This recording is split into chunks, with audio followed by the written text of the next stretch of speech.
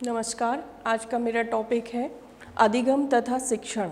यह topic BEd का है और यह कंपटीशन लेवल के एग्ज़ाम्स में भी इसका अधिकतर कई क्वेश्चन इसमें से बनते हैं। तो आज का मेरा टॉपिक है स्किनर का क्रिया प्रसूत अनुबंधन सिद्धांत। इस टॉपिक से कई क्वेश्चन अलग अलग प्रकार से पूछे जाते हैं। यह बीएड में बहुत महत्वपूर्ण होता है। जब भी बीएड के एग्ज़ाम में सभी एग्ज़ाम्स में यह प्रश्न लिया जाता है। स्किनर का क्रिया प्रसूत सिद्धांत। पहले जानते हैं कि स्किनर कौन है। बीएफ स्किनर का सिद्धांत का प्रतिपादन इन्होंने 1938 में किया था। स्किनर जब हार्वर्ड विश्वविद्यालय में प्रोफेसर थे, जब उन्होंने व्यवहार का व्यवस्थित एवं वस्तुनिष्ठ अध्ययन करने के लिए कुछ यंत्रों का विकास किया था, इसलिए इनके इस सिद्धांत को कई नामों से जाना जाता है। एग्ज़ाम्स में भी यह सिद्धांत सिर्फ क्रिया प्रसूत के नाम से नहीं पूछा जाता है, इसके कई नाम दिए गए हैं, जैसे कि क्रिया प्रसूत अनुबंधन सिद्धांत, और दूसरा है कार्यात्मक अनुबंधन सिद्धांत, तीसरा नैमित्तिक अनुबंधन सिद्धांत, और फिर सक्रिय अनुकूलित अनुक्रिया सिद्धांत आदि। ऐसे कई प्रकार से इसके अलग अलग नामों से प्रश्न किए जाते हैं, जिससे विद्यार्थी कंफ्यूज हो जाते हैं कि यह सिद्धांत कोई और है, पर यह स्किनर के सिद्धांत के अंतर्गत आता है। स्किनर एक व्यवहारवादी थे, इसलिए इन्होंने चूहे और कबूतरों पर सहज क्रियाओं पर अनेक प्रयोग किए हैं कि चूहा इनके प्रयोग में इस संयंत्र में किस प्रकार से परिवर्तित होता है। तो क्रिया प्रसूत अनुबंधन का अर्थ समझते हैं क्या होता है। क्रिया प्रसूत अनुबंध का अर्थ समझने के लिए अपने स्कूल के उन दिनों में झांकना पड़ेगा जो बचपन में हम स्कूल जाते थे, जब आप स्कूल जाने के नाम से ही डर जाते थे।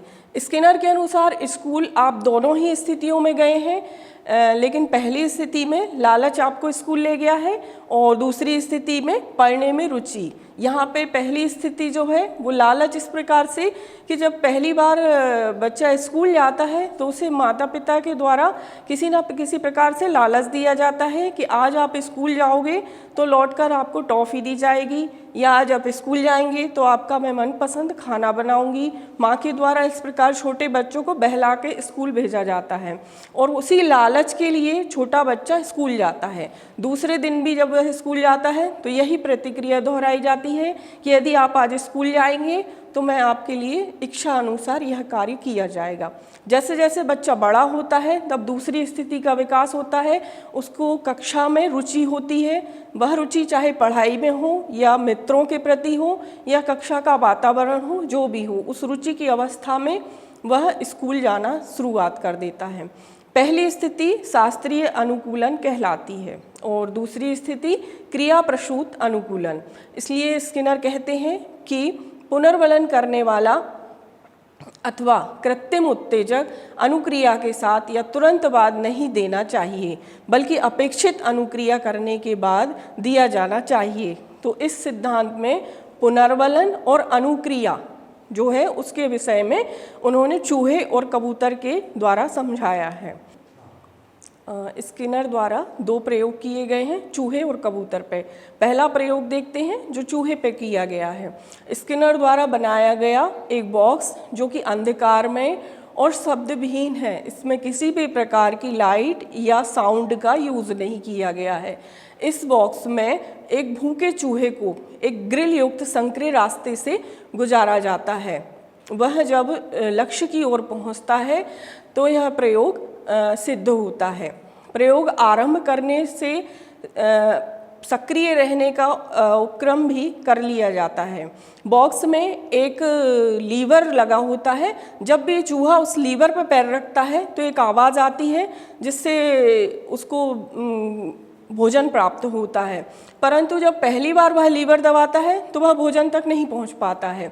इसी प्रतिक्रिया को चूहा बार बार दोहराता है और उस लीवर पर जैसे ही पैर वो रखता है उस बॉक्स में एक खट की आवाज़ आती है जिससे चूहा भोजन को प्राप्त करता है। इस प्रकार यह 2-3 बार प्रक्रिया वह चूहा दोहराता है, जैसा कि इस पिक्चर में दिखाया गया है। देखिए इसमें एक लीवर लगा हुआ है और इस लीवर को चूहा जैसे ही पैर रखता है तो एक खट्ट की आवाज़ होती है जिससे बाहर एक बॉक्स में भोजन रखा होता है। जैसे ही चूहा लीवर पर पैर रखता है, बाहर से भोजन अंदर डाला जाता है जिससे वह भोजन उसको प्राप्त होता है। वह 2-3 बार इस प्रक्रिया को दोहराता है। शुरुआती प्रक्रिया में उसको भोजन प्राप्त नहीं होता। धीरे धीरे जब वह एक बार भोजन प्याली में प्राप्त कर लेता है तो उसको पता चल जाता है कि लीवर दबाने से भोजन प्राप्त होगा। तो यह पुनर्वलन की प्रक्रिया होती है और आखिरी परिस्थितियों में वह इस प्रक्रिया को जारी रखता है। इसी प्रकार से आगे के प्रयासों में चूहा लीवर को और जल्दी जल्दी दबाता है तथा भोजन भी शीघ्रता से प्राप्त करता है। यहाँ लीवर को दबाने से होने वाली आवाज़ तथा प्राप्त भोजन पुनर्वलन का कार्य करता था। इन क्रियाओं का अर्थ यह है कि चूहे ने भोजन की प्राप्ति के लिए लीवर का दबाना सीख लिया तथा चूहा द्वारा सक्रिय रहकर जैसे जैसे पुनर्वलन मिलता गया वैसे वैसे उसकी सही अनुक्रिया करने तथा लक्ष्य तक पहुंचने की प्रक्रिया में तीव्रता आती चली गई। जैसे कि यह ओरिजिनल पिक्चर्स मैंने निकाला है चूहे का, जो एक ग्रिल युक्त बॉक्स में बैठा है और उसमें एक लीवर बना हुआ है जिसको चूहा दबाता है और उसको भोजन की प्राप्ति होती है। इसी प्रकार से दूसरा प्रयोग है जो उन्होंने कबूतर पर किया है स्किनर ने। इस दूसरे प्रयोग में स्किनर ने कबूतर पर अपने प्रयोग करने के लिए एक बॉक्स का उपयोग किया है। यह एक अन्य संयंत्र बनाया जिसमें जिस संयंत्र को कबूतर पेटिका कहा गया है। जैसा कि यहाँ देख रहे हैं कि यह एक संयंत्र है जिसमें एक कबूतर है, इसी को कबूतर पेटिका कहा जाता है। इसका उपयोग कबूतर को ही साथ उन्होंने किया है। स्किनर ने यह लक्ष्य सामने रखा कि कबूतर दाहिनी ओर एक पूरा चक्कर लगाता है और एक सुनिश्चित स्थान पर चोंच मारता है और उसके चोंच मारने से कबूतर पेटिका बंद हो जाती है। कबूतर ने जैसे ही दाहिने ओर घूमकर सुनिश्चित स्थान पर चोंच मारी और अनाज का दाना उसे प्राप्त हुआ। इस प्रक्रिया को वह बार बार दोहराता है। जैसे ही वह दाहिनी ओर घूमकर चोंच मारता है और उसको एक अनाज का दाना प्राप्त होता है। इस प्रक्रिया को बार बार दोहराने पर वह अनाज प्राप्त कर लेता है। परिणाम स्वरूप उसे फिर अनाज बार बार प्राप्त होता है। फिर वह सीख जाता है कि इस पर्टिकुलर स्थान पर चोंच मारने से अनाज प्राप्त हो सकता है। जैसा कि यहाँ दिखाया है कि एक दीवार बनी हुई है, यहाँ पर कबूतर जब चोंच मारता है तो उसमें एक बॉक्स से दाना अंदर गिरा दिया जाता है। ये सेकेंड है, इसमें स्पष्ट दिखाई गई है की और नीचे फूड जहाँ से डाला जाता है वो वाला बॉक्स है। ठीक उसी प्रकार से स्किनर ने चिड़िया को भी पिंग पोंग खेलना सिखाया था। अपने एक अन्य प्रयोग में उन्होंने कबूतर को गेंद से भी खेलना सिखा दिया।